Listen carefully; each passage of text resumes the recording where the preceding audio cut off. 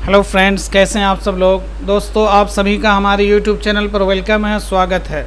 दोस्तों, आज की वीडियो बहुत ही ख़ास होने वाली है उन लोगों के लिए जिनकी पुश्तैनी ज़मीन है, पैतृक ज़मीन है और कई भाई हैं। कुछ भाइयों ने कुछ ज़मीन को बेच लिया है, कुछ भाइयों ने ज़मीन नहीं बेचा है। तो क्या पैतृक ज़मीन या पुश्तैनी ज़मीन को बिना बंटवारे के बेचना कैसा है? अगर किसी ने बेच दिया है या आपकी ज़मीन किसी ने बेच दिया तो फिर आपको वो ज़मीन कैसे वापस मिलेगी, ये सब आपको इस वीडियो में देखने को मिलेगा, सुनने को मिलेगा। तो चैनल पर पहली बार विज़िट किया आपने तो चैनल को सब्सक्राइब कर लीजिए और इस वीडियो को लाइक और शेयर कर दीजिए।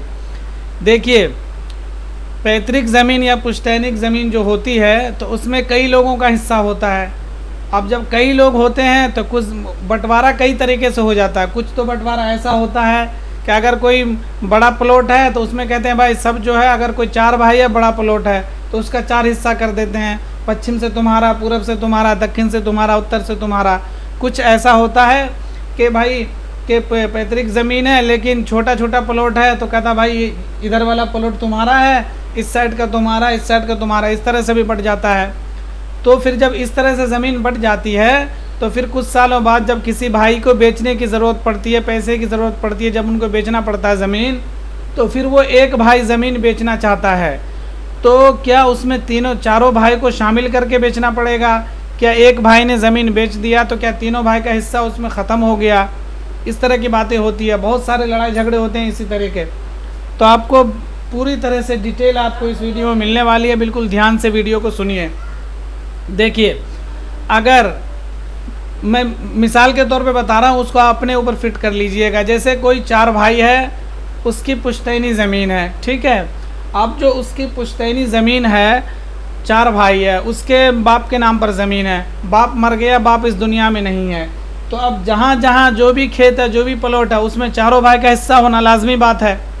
अब क्या हुआ कि भाई चारों भाई ने जो है एक खेत, अब एक भाई एक खेत एक कब्जे में, एक भाई के कब्जे में, दूसरा खेत दूसरे भाई के कब्जे में है, अलग अलग इस तरह से बांट लिया। ऐसे ही मुंह बोला जिसको बोलते हैं कि ज़बानी बांट लिया, कोई कागज़ या कोई कोर्ट से बंटवारा नहीं हुआ है।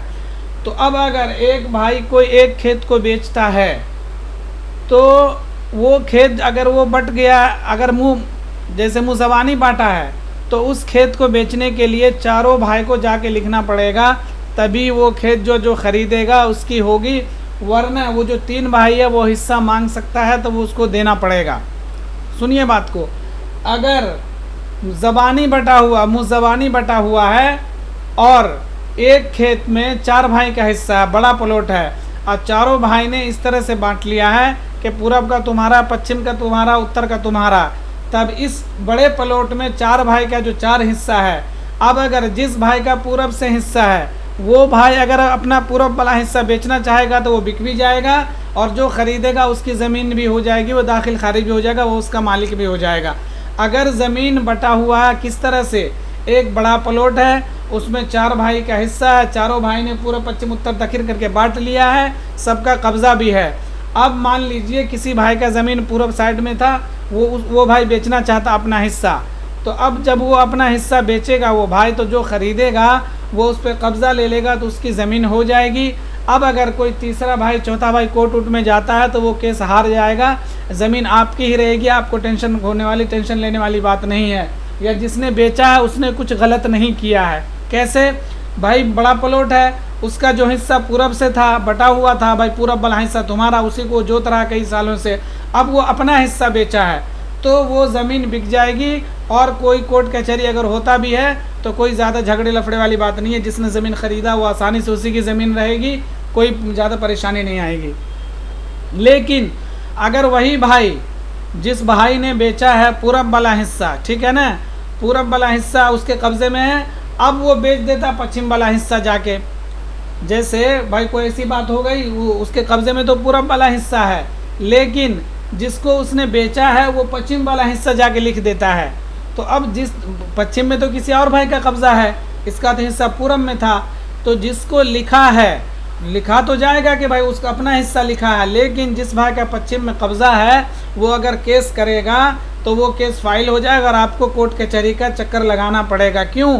क्योंकि ज़मीन ख़रीदने के बाद उस पर कब्ज़ा करना भी ज़रूरी होता है।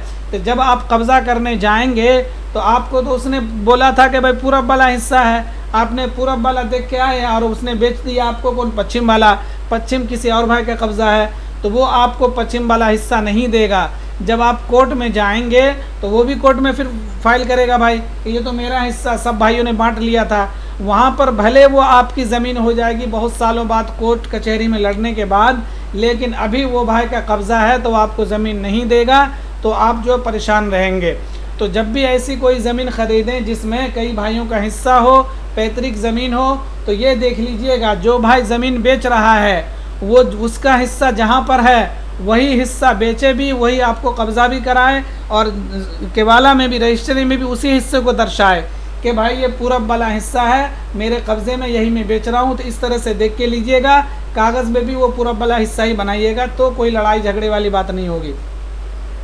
अब दूसरी बात समझिए, अगर अब कोई छोटा, ये तो बड़ा प्लॉट था जिसमें चारों भाई का 4 जगह हिस्सा था, अब अगर वही चारों भाई ने 4 जगह छोटा छोटा प्लॉट अपने अपना ले लिया, भाई ये तुम्हारा, ये तुम्हारा, ये तुम्हारा है, ठीक है, इस तरह से चारों भाई ने ले लिया। अब अगर एक भाई का जैसे 2-2 कट्ठा का 4 खेत 4 जगह है, चारों भाई ने 2-2 कट्ठा का कहीं कहीं ले लिया है। अब अगर एक भाई वो 2 कट्ठा बेचना चाहता है तो बिक तो जाएगा, लेकिन वो जो तीनों भाई है वो अगर कहेगा कि भाई इसमें मेरा हिस्सा भी है तो फिर आप फंस जाएंगे, उसमें आपको चारों भाइयों से लिखवाना पड़ेगा तभी आपका हिस्सा होगा। लेकिन अगर उन चारों भाइयों ने कागज़ बिल्कुल जैसे होता है ना गांव में मुखिया सरपंच से साइन करा के अपने ज़मीन का बंटवारा कर लिया है कि ये वाला 2 कट्ठा इसके हिस्से में, ये वाला 2 कट्ठा इसके हिस्से में, ये वाला 2 कट्ठा इसके हिस्से में है, अगर इस तरह से बंटवारा हो रखा है और उस पर चारों भाइयों का साइन है, मुखिया सरपंच का साइन है कि ये वाला 2 कट्ठा इसके हिस्से में है, ये वाला 2 कट्ठा इसके हिस्से में है, तब तो अगर जो भाई आपको 2 कट्ठा दिया है वो अगर लिख देता तब वो आपकी ज़मीन हो जाएगी। कोर्ट में जब मामला जाएगा तब भी आप ही की जीत होगी। क्यों? क्योंकि भाई चारों भाइयों ने साइन कर रखा था, आपसी सहमति से, साइन से, रजामंदी से बंटवारा हुआ था कि ये इसका है, उसने अपना हिस्सा बेच लिया। लेकिन अगर किसी कागज़ पेपर पे मतलब बंटवारा नहीं हुआ है, ऐसे मुँह ज़बानी बंटवारा हुआ है कि इधर वाला 2 कट्ठा तुम्हारा, इधर वाला 2 कट्ठा तुम्हारा, इधर वाला 2 कट्ठा तुम्हारा, और कोई एक भाई अपना 2 कट्ठा बेचना चाहता है, बेच दिया, तो अब जो वो तीनों भाई चढ़ाई करेगा खरीदने वाले पे, भाई इसमें मेरा हिस्सा भी है, मेरा हिस्सा भी है, तब उस खरीदने वाला भी परेशान होगा और जिसने बेचा है वो भी परेशान होगा। क्यों? क्योंकि भाई मुँह अभी तो आपने कोई अच्छे तरह से बंटवारा किया नहीं था, ना तो कोर्ट से बंटवारा हुआ था, नहीं ब्लॉक से बंटवारा हुआ था, नहीं कोई पेपर है ऐसा जिस पे बंटवारे की जो दलील हो, जो सबूत हो कि सबके साइन हो। तो वहाँ पर ऐसी ज़मीन को आपको नहीं ख़रीदना है जहाँ पर एक बाप के 4 बेटे हों, 3 बेटे हों और अलग अलग खेत पे सबका कब्ज़ा हो। लेकिन अगर वो बंटवारा नामा आपको दिखा देता है कि भाई देखो हम सब भाइयों में बंटवारा हो चुका है, कागज़ पे सबका साइन है, तब तो आप ख़रीद लीजिए। लेकिन अगर मुँह ज़बानी बंटवारा हुआ है कि ये 2 कट्ठा तुम्हारा, ये 2 कट्ठा तुम्हारा, वहाँ पर अगर आप ख़रीदते हैं तो वो तीनों भाई चढ़ाई करेगा तो आपकी हार हो जाएगी। क्यों? क्योंकि वो कहेगा भाई ये तो मेरे बाप की ज़मीन है तो मेरा भी हिस्सा है, तो मेरे से भी लिखवाओगे तब तो तुम्हारी ज़मीन होगी। तो वहाँ पर आपको झुकना पड़ेगा, आप केस हार जाएंगे। अगर आप केस करते हैं कि मैंने केवाला करवाया फलां से, तो वहाँ पर आपकी जीत नहीं होने वाली है। क्यों? क्योंकि आपको उन चारों भाइयों से लिखवाना पड़ेगा तब आपकी ज़मीन होगी।